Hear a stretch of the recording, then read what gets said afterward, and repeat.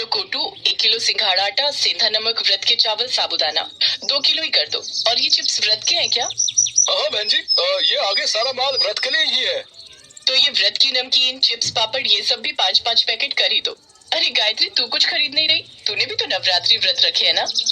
नहीं भाभी, व्रत में ये और मैं इतना कुछ नहीं खा पाते हैं। बस थोड़े से आलू ले लूंगी, वही उबाल लूंगी। अच्छा चल ठीक है भैया, ये सामान पैक कर दो और ये आपके पैसे। गायत्री, ये 2 थैले तू उठा लेगी क्या? हाँ हाँ भाभी, लाओ ये सामान मुझे पकड़ा दो। बस त्योहार आने की देर है, पर्स खुल ही जाता है। मैंने तो तुम्हारे जेठ जी से कल ही 20,000 रुपए अलग ले लिए थे कि नवरात्रि पूजन के लिए काम आएंगे। कन्या पूजन में बांटने के लिए सामान भी तो लेना है। गायत्री एक काम कर, जरा वो सामने बर्तन की दुकान पर चलते हैं। सोच रही हूँ कन्याओं को स्टील की डिबिया बांट दूंगी। भैया, ये 1 दर्जन डिब्बी का सेट दे दो। गायत्री, तू कुछ खरीदेगी कन्याओं को देने के लिए? नहीं भाभी, अभी नहीं, आप खरीद लो। अच्छा चल, मेरी तो नवरात्रि की शॉपिंग हो गई। ले पकड़ ये थैले। रिक्शा भी नहीं मिल रहा है, जरा देख वहाँ रिक्शा कोई नजर आता है तो। मैं तो बहुत थक गई हूँ। पूजा और गायत्री दोनों देवरानी और जेठानी थे। उसके पास एक महेश का कपड़े की दुकान था। पैसा भी अच्छा खासा कमाता था। इसके विपरीत गायत्री किराए का ऑटो चलाता था। गायत्री घरों में बर्तन सफाई काम करती थी। गायत्री और रमेश खर्चा से घर चलाते थे। पूजा गायत्री का बहुत फायदा उठाती थी। सुबह शाम घरों में काम करती। उसके बाद सुजा अपने घर में काम लगा लेते। जेठानी को मना भी नहीं कर सकती। दोनों के घर पास से काम के बहाने गायत्री को बुला लेती। बात सुन गायत्री, ये थैले तो वहाँ रख दे और फ्रिज में कल के राजमा पड़े हैं, तू निकाल ले। लेती जा, बच्चे खा लेंगे। साथ में चावल उबाल लियो। और सुन, दोनों कमरों की बेडशीट भी बदलनी है, वो भी बदल दे। तकिए की कवर नए चढ़ा दे। मैं पलंग पर ही निकाल कर रखाई हूँ। इतने दिन से काम में ही लगी रहती हूँ, इसलिए हाथ ही नहीं पड़ रहा। अब मैं तुझे अपने घर में सफाई बर्तन के काम पर तो रख नहीं सकती, नहीं तो मोहल्ले वाले क्या कहेंगे कि मैंने अपनी देवरानी को काम पर रख लिया।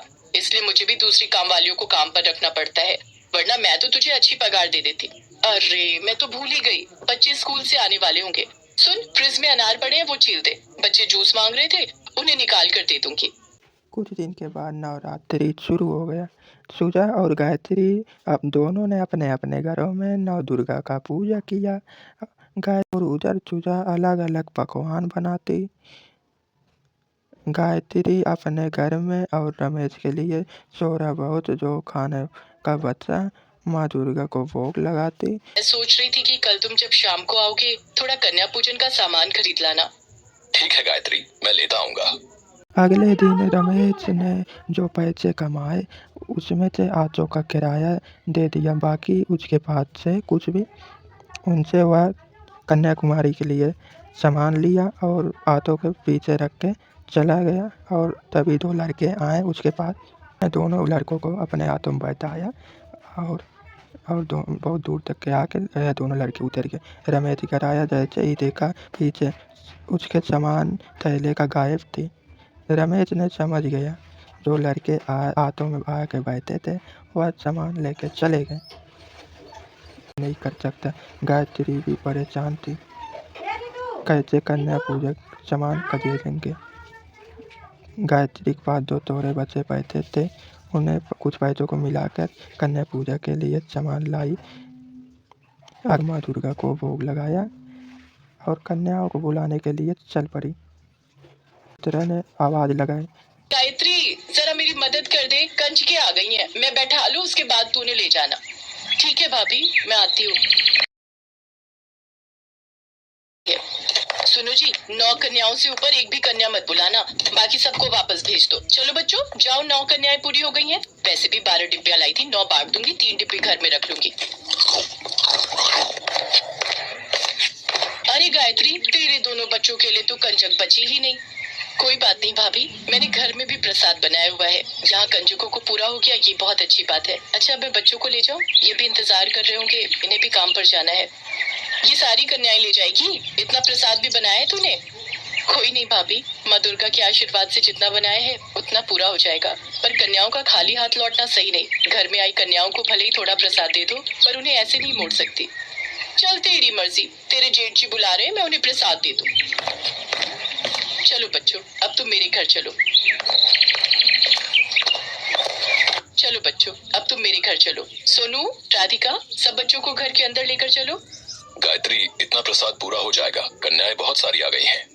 माँ दुर्गा की इच्छा होगी तो जरूर पूरा होगा। सोनू, राधिका, बच्चों से जयकारा बुलवाओ। गायत्री के दोनों बच्चे सोनू और राधिका माँ दुर्गा के नाम का जयकारा लगाते हैं। गायत्री और रमेश भी बच्चों के साथ माँ दुर्गा के नाम का जयकारा लगाते हैं। जयकारा शेरा वालिदा, बोल साचे दरबार की जय। जयकारा शेरा वालिदा, बोल साचे दरबार की जय।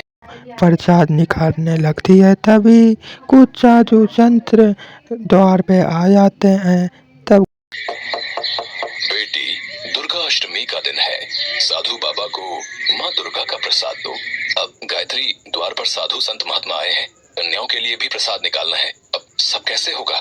हे दुर्गा माँ, आप तो अंतर्यामी हो। मैं आपका नाम लेकर प्रसाद सब में बांट रही हूँ। मेरे प्रसाद में बरकत देना। जय दुर्गा मैया। गायत्री ने प्रार्थना माँ दुर्गा तक पहुँच जाती है। माँ दुर्गा ने अपने चमत्कार से उसके दुर्गाष्टमी के बनाए गए प्रसाद को बढ़ोतरी करने लगी। इधर गायत्री बर्तन से हलवा पूरी चने निकालती।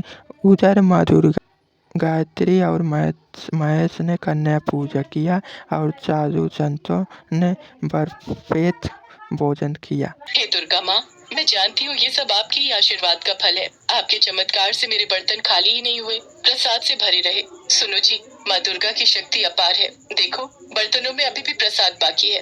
हाँ गायत्री, तुम ठीक कह रही हो। आज माँ दुर्गा ने कोई चमत्कार जरूर किया है, तभी थोड़ा सा प्रसाद इतना ज्यादा हो गया। सुनो, तुम और बच्चे मिलकर प्रसाद खाओ, तब तक मैं भाभी को भी थोड़ा प्रसाद देकर आती हूँ। देने चली गई और सूर्य देखकर हैरान हो गई।